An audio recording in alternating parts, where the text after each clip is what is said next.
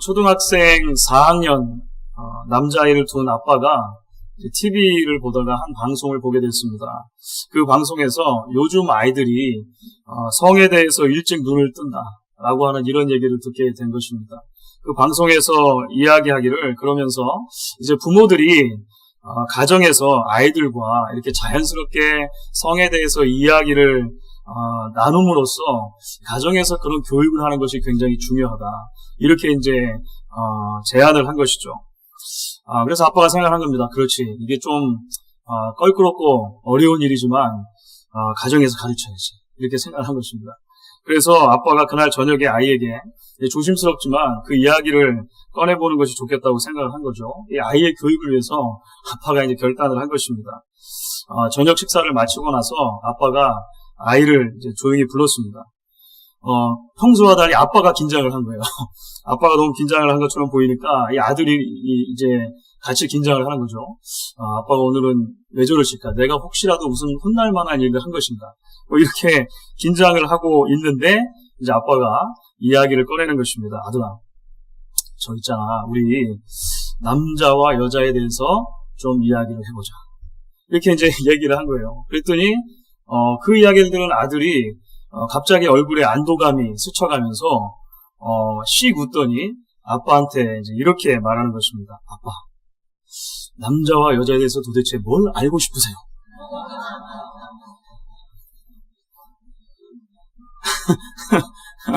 자기가 너무 잘 아는 거를 아빠가 주제를 꺼내니까 성이라고 하는 주제와 관련해서 오늘날 세태의 단면을 보여주는 그런 이야기가 아니겠는가 생각을 합니다.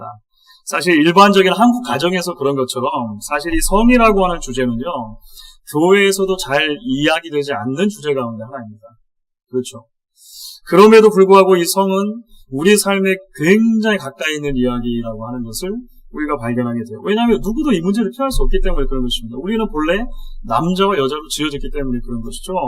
그래서 사실은요, 성경에서 이 성이라고 하는 주제와 관련해서 우리가 생각하는 것보다 상당히 많은 이야기를 하고 있습니다. 구약으로부터 시작해서 신약에 이르기까지 이 성과 관련된 이야기가 많이 담겨져 있다라고 하는 것이죠.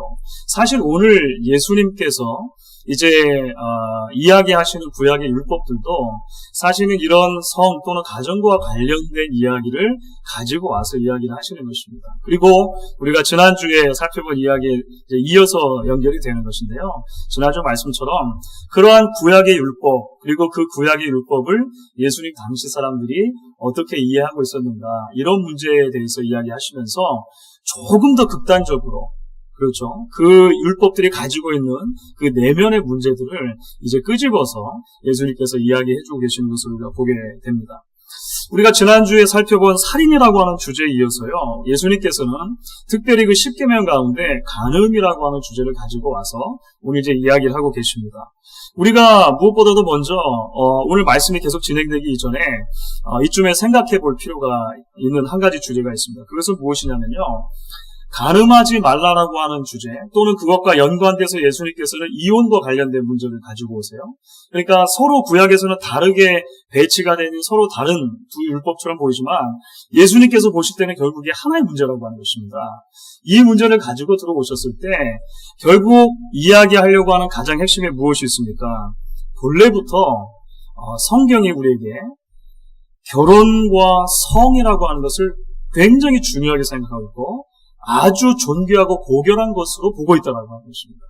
그러니까 성경이 우리에게 가정에 대해서 이야기할 때 그리고 성에 대해서 얘기할 때 그것 자체가 성스럽다라고 하는 이 접근이 성경의 기본적인 자세라고 하는 거예요.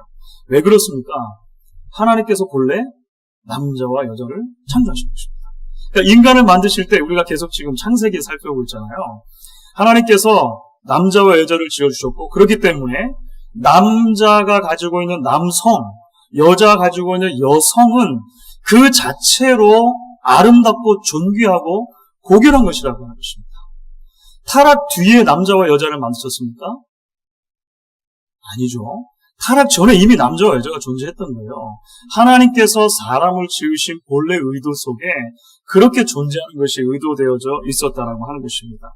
특별히 하나님께서는요, 이러한 성이라고 하는 것이 결혼이라고 하는 테두리 안에서 부부의 온전한 연합을 돕는 아주 중요한 장치로 사용되도록 그렇게 계획을 하셨다는 것을 알 수가 있어요.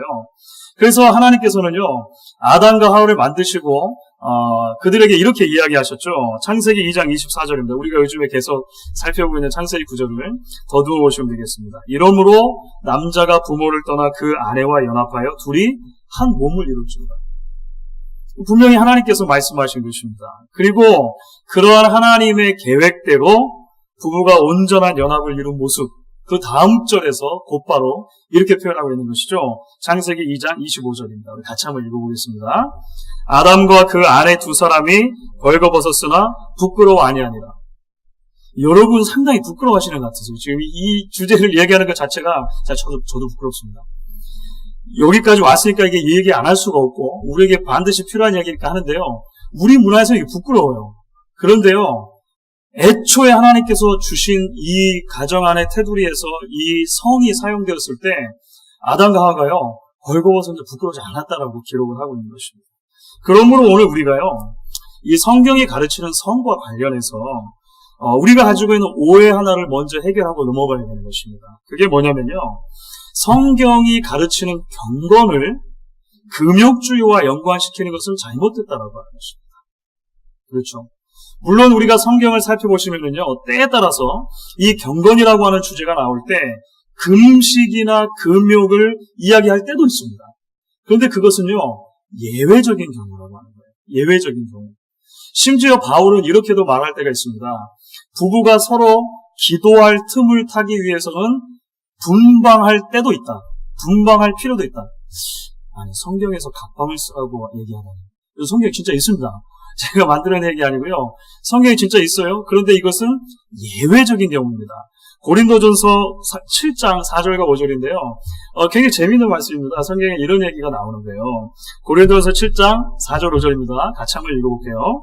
아내가 자기 몸을 주장하지 못하고 오직 그 남편이 하며 남편도 이와 같이 자기 몸을 주장하지 못하고 오직 그 아내가 하나니 서로 분방하지 말라. 다만 기도할 틈을 얻기 위하여 합의상 얼마 동안은 하되 다시 합하라. 이는 너희의 절제 못함을 인하여 사단으로 너희를 시험하지 못하게 하려 합니다. 굉장히 재미있는 말이 성경에 나오는 거죠. 여러분, 이게 무슨 말입니까? 기본적으로는요, 성경이 우리에게 기본적으로 가르치는 것은 하나님께서 우리에게 주신 인생, 그리고 그 인생 안에 있는 기본적인 원리들을 기쁨으로 누릴 필요가 있다고 하는 것입니다. 그렇죠. 그 이외의 것은 예외적인 경우라고 하는 거예요. 그렇지 않을 때, 그러니까 너무 과도하게 금욕하게 되어질 때 오히려 사도 바울이 이야기하는 것이 무엇입니까? 그 틈을 사단이 탈 수 있다는 것입니다. 우리가 너무 과도하게 금욕을 한다고 했을 때 금방 사단이 틈 타고 들어와서 오히려 우리를 시험에 들게 할 수 있다고 하는 거예요. 하나님께서 우리에게 주신 아주 자연스러운 상태의 성, 그리고 가정의 테두리 안에서 이것이 사용되어지는 것은 하나님께서 적극적으로 권장하시는 것이고 이것이 아름다운 것이다, 이게요. 사실 이것을요, 아까도 창세기를 잠깐 말씀드렸습니다만 창세기에 기본적으로 드러난 하나님께서 인간들에게 주신 명령을 살펴볼 때 이 의도가 훨씬 더 정확하게 드러나면서 볼 수 있습니다. 우리가 성경을 펼쳐가지고요, 창세기부터 읽어나갈 때 하나님께서 인간에게 주신 제일 첫 번째 명령이 여러분들 뭐라고 생각하십니까? 명령. 커맨드먼트 있잖아요. 그러니까 이거는 꼭 해라라고 하나님께서 인간에게 주신 명령이 있는데요. 인간에게 주신 가장 첫 번째 명령은 창세기 1장 28절입니다. 우리가 소위 문화명령이라고 하는 건데요. 이 고상한 말로 문화명령이고 정말로 이 문화명령이 뭘 이야기하고 있습니까? 제가 읽습니다. 하나님이 그들에게 복을 주시며 그들에게 이르시되 생육하고 번성하여 땅에 충만하라. 땅을 정복하라. 바다의 고기와 공중의 새와 땅에 움직이는 모든 생물을 다스리라 하시니라. 하나님께서 모든 인류에게 주신 첫 번째 명령이 무엇입니까? 생육하고 번성해서 땅에 충만하라는 것입니다. 그러니까 정상적인 성관계가 있어야 가능한 겁니다. 그렇죠? 그것도 땅에 충만하려면 어떻게 해요? 많이 해야 됩니다. 부끄러우시죠, 여러분? 저도 이 말씀 들으면서 부끄러운데요. 성경이 그렇게 말하는 거예요. 하나님께서 인류에게 주신 두 번째 명령이 있습니다. 두 번째 명령은 또 뭘까요? 이것을 우리가 지난 주일에 살펴봤는데요. 에덴 동산을 지으시고 아담에게 말씀하신 내용이 성경에 우리가 그냥 순서대로 본다면 두 번째로 기록된 명령입니다. 2장 16절이죠. 한번 저희가 다시 한번 같이 읽어볼게요. 2장 16절입니다. 여호와 하나님의 그 사람에게 명하여 가라사대 동산 각종 나무의 실과는 내가 임의로 먹되, 임의로 먹다는 말이 어떤 의미라고 말씀드렸죠? 강조라고 말씀드렸죠? 마음껏 먹되. 그러니까 하나님께서 인류에게 주신 두 번째 명령이 뭐냐면요, 아무런 구애받지 말고 자유롭게 먹으라라고 하는 것입니다. 먹으라. 그래서 어떤 구약학자가 이렇게 이야기를 하셨어요. 하나님이 처음으로 인간에게 주신 두 가지 명령은 마음껏 성관계를 하라는 것과 마음껏 먹으라는 것입니다. 저하고 좀 친분이 있는 구약학자신데요. 최근에 쓴 책에서 그렇게 썼어요. 그러니까 우리에게는 좀 낯뜨거운 이야기지만 성경의 진리가 그렇다라고 하는 것입니다. 이것 자체를 하나님께서 우리에게 주신 기본적인 삶의 원리로 이야기를 하고 있고, 그것이 굉장히 중요하다고 말하는 것이죠. 사실 성과 관련해서 우리는요, 하나님에 대해 많은 오해를 가지고 있습니다. 오해를 가지고 있어요. 하지만 오늘 우리가 간음하지 말라라고 주신, 그리고 그 말씀 속에 담겨져 있는 가정과 성에 대한 하나님의 관심을 놓고 살펴봤을 때 우리가 먼저 생각해야 하는 것이 있다고 하는 것입니다. 그것은 하나님께서 우리의 남성의 남성됨과 여성의 여성됨, 그러니까 우리가 가지고 있는 성이라고 하는 정체성을 굉장히 소중하게 보아주신다는 하는 거예요. 이것을 굉장히 아름답게 보신다라고 하는 것입니다. 그리고 그것이 이 가정이라고 하는 울타리 안에서 사용되는 것, 그리고 그것도 마음껏 사용되는 것을 하나님께서 굉장히 기뻐하신다고 하는 것이죠. 하지만 이제 우리가 좀 더 나아가서 오늘 말씀 가운데 살펴보아야 하는 진리가 있는 것입니다. 그것은요, 간음하지 말라라고 하신 구약의 계명 속에 담겨져 있는 또 다른 이면이라고 하는 것입니다. 그것은 타락 이후로 인간은요, 얼마든지 간음할 수 있는 존재가 되었다라고 하는 것이죠. 그러니까 그러한 것이 전제가 되지 않으면 오늘 하나님께서 간음하지 말라라고 하는 명령을 주신 이유가 없는 것입니다. 사실 그렇죠. 그만큼 문제가 생기기 쉬운 것이 성의 문제이고 가정의 문제라고 하는 것을 하나님께서 이야기하시는 거예요. 타락 이후에 인간이 이 성이라고 하는 문제에 대해서, 그리고 결혼이라고 하는 고결함에 대해서 그 자체로 죄의 영향 아래 놓이게 되었다는 것을 기억하는 것이 하나님의 백성들에게 굉장히 중요하다고 하는 것입니다. 여러분, 구약적인 의미에서 볼 때 간음이라고 하면, 이제 그 간음을 정의해 본다면 결혼의 테두리 밖에서 부적절한 성관계를 갖는 거예요. 간음이라고 이야기하는 것입니다. 그렇기 때문에 간음은요, 그 자체로 결혼의 성스러움을 깨트리는 것이 되는 거죠. 그러니까 구약의 개념에서 계속 그렇게 되고 신약으로도 연결이 됩니다. 기본적인 개념이 연결이 돼요. 그래서 간음이라고 하는 것은 무엇이냐? 하나님께서 맺어주신 결혼이라고 하는 이 성스러운 관계를 깨트리는 것을 말한다 이야기하는 것입니다. 그러면 간음하지 말라라고 하는 율법은 무엇입니까? 그러한 결혼의 성스러움은요, 계속해서 보존되는 것이 마땅하다. 이런 의미로 주신 이야기라고 하는 거예요. 이와 관련해서 사실 많은 성경 구절이 있다라고 제가 말씀드렸잖아요. 구약에 이런 재미있는 구절이 있습니다. 그러니까 이 간음하지 말라라고 하는 구절과 바로 직접적으로 연결을 해서 가정이라고 하는 테두리가 굉장히 중요하다라고 하는 것을요, 아주 아름다운 비유적인 언어로 설명해주는 부분이 있어요. 잠언에 나옵니다. 잠언 5장 15절부터 18절 말씀인데요. 이런 말씀이 나옵니다. 굉장히 시적이에요. 그러니까 뭘 의미하는지 한번 마음에 곰곰이 생각해보면서 한번 따라와 보십시오. 제가 읽겠습니다.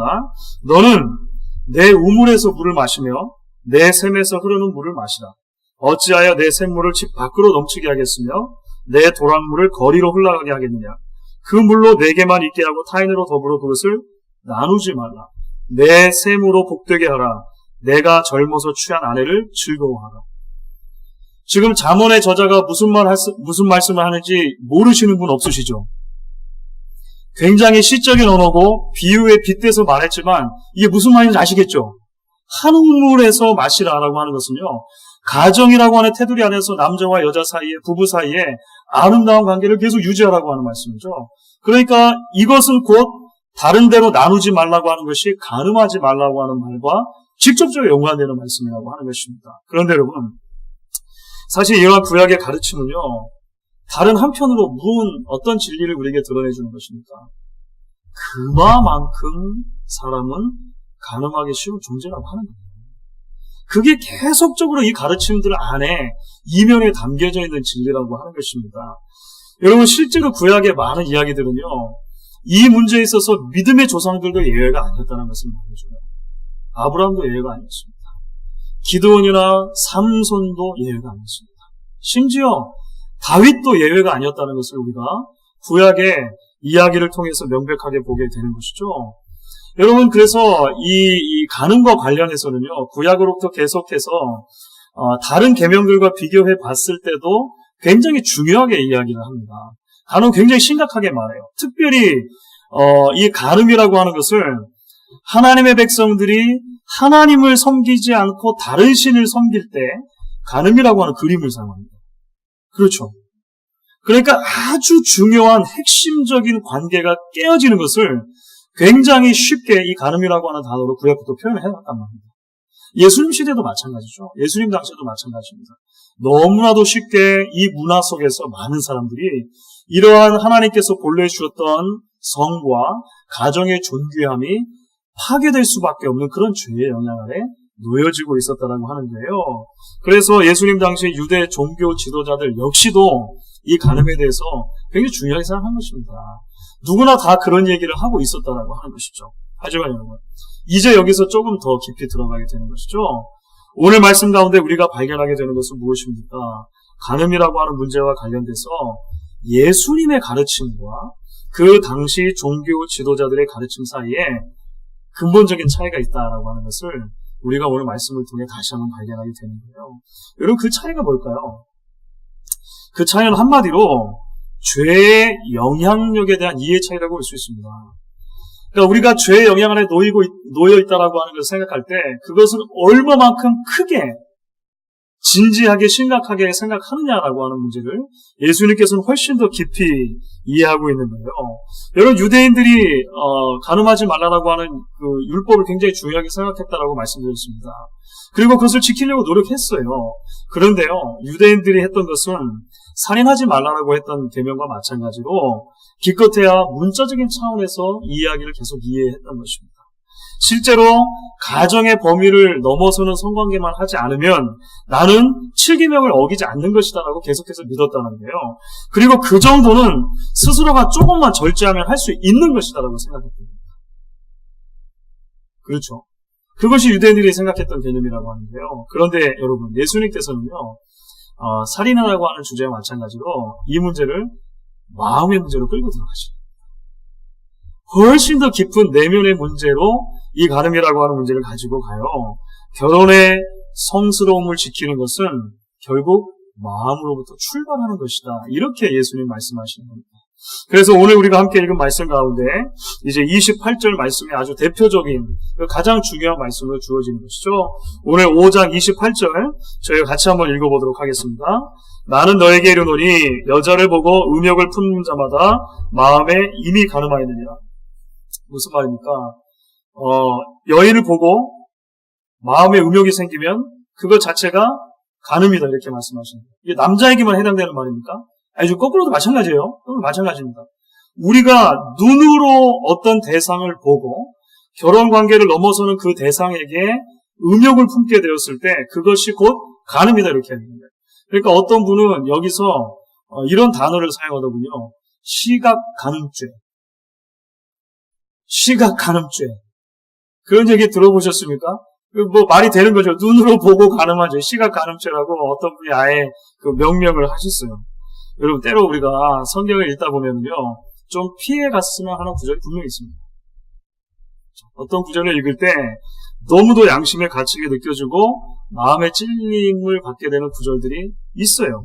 그 중에서도 아마 마태복음 5장 28절만큼이나 우리의 마음을 불편하게 하는 구절도 없을 것이라 이렇게 생각이 듭니다. 왜냐하면요, 우리 중에서 누구도 소위 그 시각 간음죄에서 완전히 자유로울 수 있는 사람이 없기 때문에 그런 것입니다.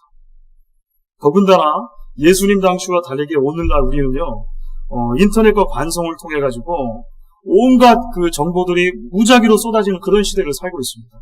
그렇죠. 인터넷 음란물을 비롯해 가지고요, 온갖 이 시대의 자극적인 문화들에서 사실 자유로울 수 있는 사람이 아무도 없다는 것입니다. 그렇죠. 수도원에 들어가도 잘 안 될 거예요. 굉장히 어려운 그런 시대를 살고 있습니다. 여러분, 이게 결혼하지 않은 청년들에게만 해당됩니까? 그렇지 않아요. 실제적으로 우리가 접하는 뉴스들을 보면은요, 굉장히 충격적인 뉴스들이 많이 있습니다. 남녀노소가 모두 다 이러한 크고 작은 범죄에 노출되어 있다는 것을 여러 뉴스를 통해서 우리가 보게 되는 것이죠.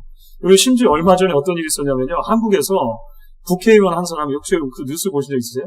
국회의원 한 사람이 국감장에서, 그러니까 국회에서 그 국감이라고 하는 국정감사를 하고 있는 자리인데요, 쉬는 시간에 몰래 자기 전화기로 비키니 옷을 입은 여성을 보고 있는 것을 그것도 누가 찍었어요. 곧바로 뒤에서 이렇게 사진을 찍어가지고 뉴스에 그게 나온 거예요.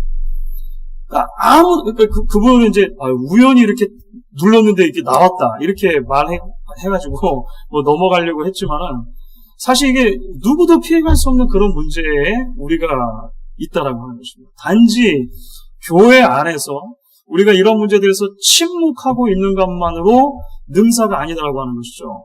그래서 교회 안에서 대개 사실 이런 문제들이 잘 이야기되지 않죠.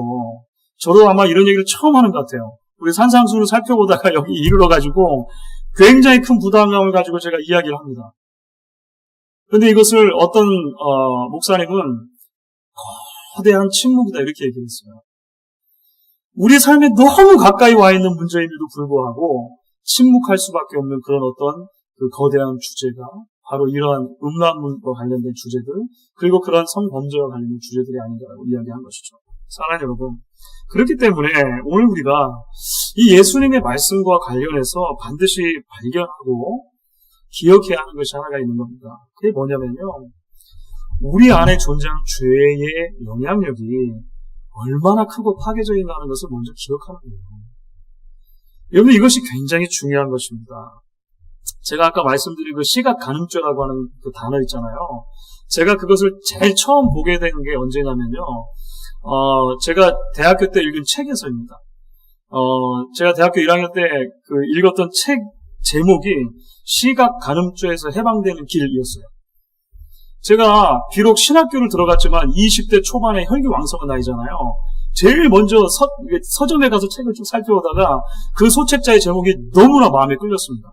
왜냐하면 저도 고민하고 있는 문제가 그렇죠. 그래가지고 얼른 그 작은 소책자인데요, 제가 가지고 왔는데 여기까지 가지고 잊어버렸는데 제 사무실에 지금 있어요. 아직도 제가 가지고 있습니다. 조그만 소책자인데 시각 간음죄에서 해방되는 길, 이렇게 제목이 적혀져 있었습니다. 거기에서 그 제시하는 그 요지가 이런 거예요. 그 목사님이 제시한 요지가 이겁니다. 유혹이 오는 것과 실제로 죄를 짓는 것은 다른 것입니다. 그러므로 음란한 생각이 드는 것은 유혹인데 이것을 음욕으로 발전시키지만 않으면 죄가 아닙니다. 논리가 이해가 되시죠? 그래서 우리는 우리의 의지를 이용해서 그 유혹에 동의하지 않기로 결단할 수 있습니다. 그리고 자신의 옛사람이 이미 십자가에 죽었음을 확인함으로 지속적인 헌신과 순종의 삶을 삶으로 시각 간음죄에서 벗어날 수 있습니다. 이게 그 책의 요지예요. 그래서 책의 껍데기를 보면 이렇게 웬 사람이 이렇게 막 승리, 나는 할 수 있습니다, 이런 식으로 돼 있어요. 여러분, 그 책의 요지에 진리가 없는 것은 아닙니다. 그렇죠. 진리의 요소가 없는 것은 아니에요. 그런데 여러분, 정말로 그것이 우리 의지만으로 됩니까? 저는 그 책을 읽고 나서 한 달도 안 돼서 안 된다는 걸 깨달았어요. 안 되는 거예요. 자기 의지로 이것이 안 되는 것입니다. 매일매일 결단하고 막 오늘은 절대로 내가 안 돼요. 안 되는 것입니다. 그만큼 힘든 문제가 바로 여기에 있다고 하는 것이죠. 오늘 예수님의 말씀을 통해서 우리가 발견할 것이 무엇입니까? 우리의 죄성의 본성은요, 엄청난 크기가 있다는 것입니다. 그리고 그것은 우리가 우리의 힘으로, 우리 의지로 다룰 수가 본래 없다라고 하는 것이죠. 그래서 결국 우리가 어디까지 나아가게 됩니까? 하나님, 내가 할 수 없는 것이군요. 하나님이 하셔야 합니다. 라고 이야기하는 자리까지 예수님께서는 우리가 가기를 원하고 계시다라고 하는 것입니다. 오늘 예수님의 말씀 앞에 섰을 때 마치 우리 삶이 벌거벗겨진 것처럼 부끄럽지 않은 사람이 어디 있겠냐고 하는 것입니다. 우리의 눈이 우리를 범죄했다면 눈을 빼버리고 우리의 오른손이 우리를 범죄했다면 그 손을 찍어버리라. 예수님이 그렇게 말씀하시잖아요. 사실 과장법입니다. 이게 강조가 되는 과장법인데 그럼에도 불구하고 이 말씀을 들을 때요 섬뜩합니다. 마음속에 자꾸 우리의 눈을 막 이렇게 거울로 비춰보고 싶고 우리의 손을 자꾸 보게 돼요. 그렇죠. 우리가 뻔히 범죄하고 있다는 것을 알고 있기 때문에 그렇다고 하는 것입니다. 그렇기 때문에 이 말씀을 심각하게 받아들일 때 우리가 도달하게 되는 결론이 무엇입니까? 결국 하나님의 도움이 아니고서는 하나님의 백성으로 살아가는 것이 불가능하다라고 하는 걸 깨닫는 거예요. 사실 산상수훈의 많은 부분들이 그렇습니다. 우리가 지난주에 살펴본 말씀도 마찬가지지 않습니까? 마음속에 한 번도 미움을 가져보지 않은 사람, 마음속에서 한 번도 누구를 향해서 저주를 퍼부어보지 않은 사람이 누가 있겠냐고 하는 거예요. 그러면 우리는 계속해서 예수 그리스도를 의지하고 하나님을 전적으로 의지하게 된다라고 하는 것입니다. 사랑하는 여러분, 하나님께서 우리에게 주신 성, 그리고 하나님께서 우리에게 주신 가정은요, 참 아름답고 귀한 것입니다. 일단 기본적으로 여기부터 출발을 해야 돼요. 그래서 하나님께서는요, 간음의 문제를 그토록 심각하게 당하시는 거예요. 그것이 깨어지는 상태를 하나님께서 굉장히 바람직하지 않은 상태로 보신다라고 하는 것입니다. 하나님께서 부부 사이의 온전하고 아름다운 연합을 통해서요, 우리가 삼위일체 하나님이 누리시는 그 온전한 존재의 충만함, 미리 맛보기를 원하셨다고 하는 것입니다. 하지만 말씀드린 것처럼 저절로 되는 것이 아닙니다. 우리의 의지와 결단만으로 되는 것도 아니라고 하는 것입니다. 우리는 오늘 말씀을 통해서 먼저 누가 아닌 바로 나 자신이 내 가정의 연합을 무너뜨리고 파괴할 수 있는 존재라는 것을 보아야 한다는 것입니다. 얼마든지 내가 마음으로 가늠할 수 있을 뿐 아니라 얼마든지 성적으로 타락할 수 있는 존재, 그것이 바로 나라는 것을 우리가 먼저 인정하고 깨닫고 하나님 앞에 나와야 한다고 하는 것이죠. 얼마든지 그렇게 죄를 짓고도 나 자신을 합리화할 수 있고 남에게 책임을 전가할 수 있는 존재가 바로 나다라고 하는 것을 오늘 말씀을 통해 우리가 깨달아야 하는 것입니다. 그럴 때 우리는 비로소 겸손한 마음으로 하나님께 나아갈 수 있는 것이죠. 우리를 위해서 아들 예수 그리스도를 보내셔서 죄의 문제를 해결해 주실 뿐만 아니라 지금도 우리와 함께 계셔서 우리의 마음과 생각을 우리가 하나님께 간구하면 지켜주기를 기뻐하시는 분이 바로 하나님이시라고 하는 것입니다.